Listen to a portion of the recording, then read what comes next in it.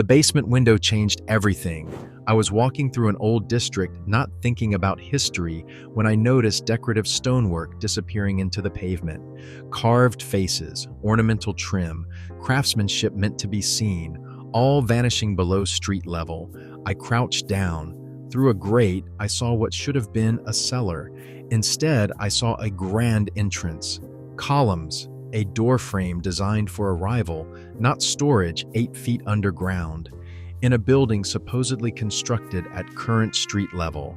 I went home and searched for photographs. What I found in those archives still keeps me awake. Let me show you what I mean. Start with London. Holborn Viaduct was completed in 1869. Walk along the modern street and you will notice something strange. The decorative facades of Victorian buildings along this stretch feature elaborate stonework, arched windows, carved cornices, all the hallmarks of grand commercial architecture. But these details begin at chest height. Below them, plain brick disappears into the pavement. The original ground floors are underground, 8 to 12 feet of building, swallowed by the street. The windows you see at sidewalk level were designed as second-story windows. The entrances you use today were once accessed by staircases that led up from below. Now look at Chicago. The Great Chicago Fire of 1871 destroyed the city center, and what rose afterward is supposedly what we see today. But examine photographs from the 1880s and the 1890s. Buildings constructed after the fire already show the same pattern. Ground floor windows at ankle height, elaborate entrances half buried, streets elevated by 8 feet, 10 feet, sometimes 14 feet above where they would logically be. The official explanation is that Chicago deliberately raised its grade to install sewers. They say they lifted entire buildings on jack screws and filled in beneath them. Some buildings, in some areas, but the buried pattern appears everywhere, including in structures that supposedly were not raised at all. Cross the Atlantic to Paris. The Haussmann renovations of the 1850s through the 1870s transformed the city into the grand boulevards we know today, but walk along certain older streets and the burial pattern emerges again. Buildings with windows at ground level that were clearly not designed to be there. Basement doors that are actually original first-floor entrances. Decorative elements vanishing into cobblestones. The same 8 to 15 feet of building missing. In a city where elevation projects are well documented, these particular burials appear in no official record. Melbourne, Australia. A city founded in 1835, built almost entirely in the Victorian era. The central business district features building after building with the telltale signs. Windows at pavement level show the proportions of second-floor design. Iron gates lead down to what should be cellars, but which reveal grand corridors and ornate tile work. The Royal Arcade, constructed 1869, has a lower level that architectural historians describe as a basement, but which features the same ceiling heights, the same decorative flourishes, the same sense of intended use as the floors above. Why build a basement with 14-foot ceilings and marble trim? St. Petersburg, Russia. A city built on marshland, we are told, requiring constant elevation and drainage work. And yet, the buried buildings here do not show signs of gradual settling. They show sharp transitions. Ground floors end abruptly at modern street level.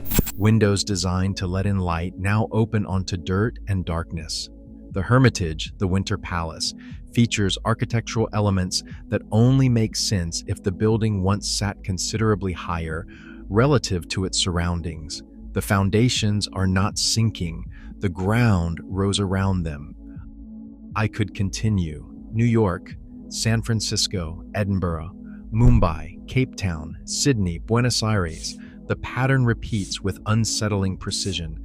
Not some cities, not many cities. Virtually every major urban center developed before 1900 shows evidence of this phenomenon. Buildings buried to depths of 8 to 15 feet.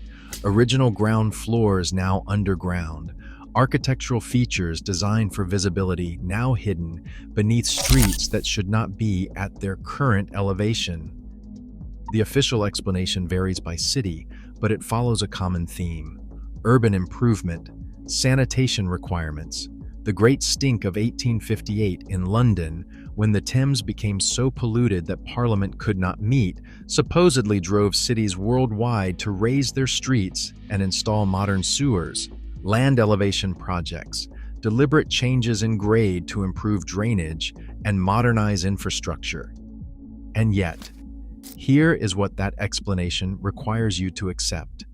Dozens of major cities on 6 continents, cities with vastly different governments, economic conditions, and technical capabilities, all decided simultaneously to bury their existing buildings 8 to 15 feet below modern street level.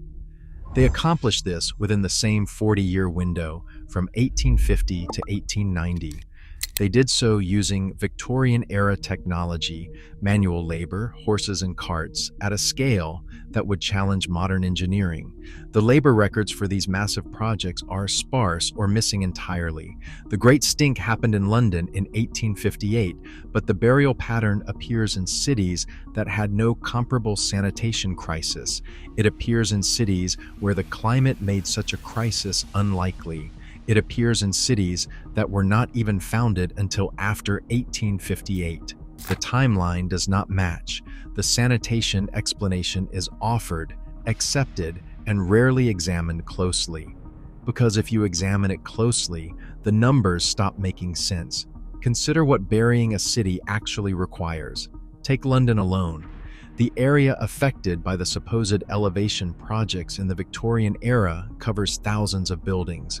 To raise the street level by an average of 10 feet across even a single square mile requires roughly 14 million cubic feet of fill material, dirt, rubble, gravel, or something. Where did it come from? Quarry records do not show it. Shipping manifests do not account for it. The logistics of transporting that volume of material by horse-drawn carts through narrow Victorian streets would have paralyzed the city for decades. The records show no such paralysis. Now consider the labor. To excavate, transport, and distribute 14 million cubic feet of fill requires millions of man-hours. Workers would need to be fed, housed, and paid. Payroll records would exist. Census data would show the workforce. Contemporary newspapers would document the disruption, the complaints, the accidents, the delays. For projects of this magnitude, the paper trail should be enormous. It is not there, or rather, it exists only in fragments, vague references to improvement schemes, general mentions of sanitation works, but the detailed accounting that Victorian bureaucracies obsessively maintained for far smaller projects is mysteriously absent for the largest urban engineering undertakings in history. The timeline makes it worse. The burial pattern appears across dozens of cities within the same 40-year window, from 1850 to 1890. This was before telephones, before reliable telegraph networks connected much of the world, before international coordination on any scale was feasible. And yet, cities from London to Melbourne to St. Petersburg to Chicago all somehow decided to undertake identical projects, using identical methods, achieving identical results within the same narrow historical window. How did they coordinate? How did they share techniques? How did engineers in Buenos Aires know to bury their buildings to the same depth as engineers in Edinburgh? The answer we are given is coincidence. Independent decisions reaching identical conclusions. Parallel evolution of urban planning. That is not urban planning. That is a cover story for something else entirely. Here is what the architectural evidence actually suggests. Those buried floors were not buried at all. Not deliberately, not through any coordinated human effort. The ground level changed. Something happened, something rapid and global, that deposited from 8 to 15 feet of material across urban centers worldwide. The buildings did not sink. They did not get buried by workers with shovels. They got buried by an event. What kind of event deposits uniform layers of sediment across 6 continents simultaneously? The geological record offers no answer. Floods are local. Volcanic ash disperses unevenly.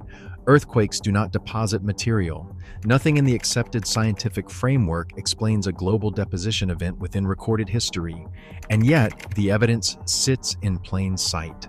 Walk through any old city and look down. The basements are not basements, they are ground floors.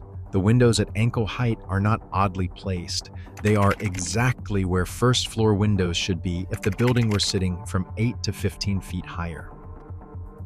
The elaborate architectural details vanishing into pavement were not designed to be underground. They were meant to be seen, admired, entered through. Look at the interior evidence. Those buried floors often feature the same ceiling heights as the floors above, the same quality of finish, the same provisions for natural light, now blocked by earth and concrete. Original staircase configurations only make sense if you were walking up from street level, not down into a cellar. Ventilation systems designed for occupied space, not storage. These were not basements adapted from something else. These were primary floors designed for daily use, now imprisoned beneath streets that should not exist. The doorways tell the story most clearly. In building after building, you find grand entrances facing what is now a basement wall, ornate door frames opening onto dirt, thresholds worn smooth by thousands of feet, leading nowhere. The doors were sealed, new entrances were cut higher up. The buildings were adapted to a new reality that arrived suddenly enough that adaptation was the only option. What if the Great Stink of 1858 was not about sewage at all? What if it was about something else entirely? Something that needed explaining, something that required a story. An event occurs. Cities worldwide find themselves partially buried. The survivors, the authorities, the institutions that remain need a story. Sanitation improvements, urban modernization, progress, a story that explains the construction without explaining the destruction that preceded it. Once you see this pattern, you cannot unsee it. Every old city becomes a crime scene. Every buried window is evidence. Every adapted entrance is testimony. The buildings themselves are witnesses, silent but unmistakable, to something that happened and something that was covered up. The Great Stink of 1858 was not the cause, it was the cover. This brings us to the question no one in official channels will ask. What were these buildings before the burial? Look at the architectural evidence with fresh eyes. Those buried floors were not simple commercial spaces or residential quarters. Many feature infrastructure that suggests something else entirely. Ventilation shafts of unusual diameter, rooms with acoustic properties that serve no obvious domestic purpose. Foundations that extend deeper than any Victorian building should require. Metalwork embedded in walls that resembles nothing in the standard construction manuals of the era. Some researchers call it Tartaria, a placeholder name for a previous civilization, a lost level of technological achievement that the historical record either does not contain or has actively erased. The name matters less than what it represents. Consider the possibility that these buildings were not constructed by the society we are told built them. Consider that they were inherited, adapted, and repurposed by survivors of whatever event buried them. Consider that the grand Victorian architecture we admire may have been salvage, renovation, a desperate adaptation to structures someone else made for purposes we no longer understand. The deliberate silence around this is deafening. For buildings of such historical and architectural significance, the documentation should be abundant. Instead, we find gaps. Construction records skip crucial phases. Architectural plans do not match the actual structures. Financial accounts fail to explain the obvious expense. Photographs were never taken or did not survive. The paper trail is not thin, it has been thinned. Consider what happened to the buildings that could not be adapted. Penn Station in New York was demolished in 1963. It was a structure so magnificent that its destruction launched the modern preservation movement.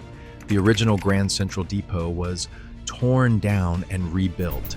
Dozens of Victorian stations across Britain were razed and replaced with modernist structures. The official explanation is always progress, urban renewal, and the demands of modern transportation. But look at which buildings were demolished, often the grandest ones, often the ones with the most elaborate buried levels, often the ones that would have raised the most questions if examined closely. The Great Stink of 1858 provided the perfect cover story, an event dramatic enough to justify massive urban disruption, a crisis severe enough that extraordinary measures seemed reasonable, a narrative simple enough that no one would question it. Sewage, sanitation, public health. Who argues against public health? The story was accepted, codified, taught in schools, repeated until it became invisible. The perfect explanation for why cities worldwide buried their past and never spoke of it again. I stand now on a street in central London. Below my feet, 8 feet down, is another street, another entrance, another world. The buildings around me rise 6 stories into the air, but they also descend into darkness, into floors that were never meant to be underground, into spaces that once saw daylight and now see nothing at all. The city has 2 layers. We live in the upper one and pretend the lower one does not exist.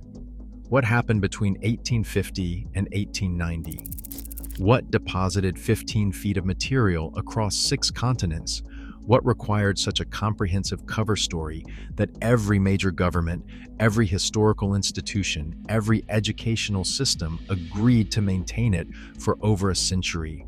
Why does no one dig? Why does no one ask? Why, when you point at a window disappearing into a sidewalk, do people's eyes slide away as if the question itself is uncomfortable?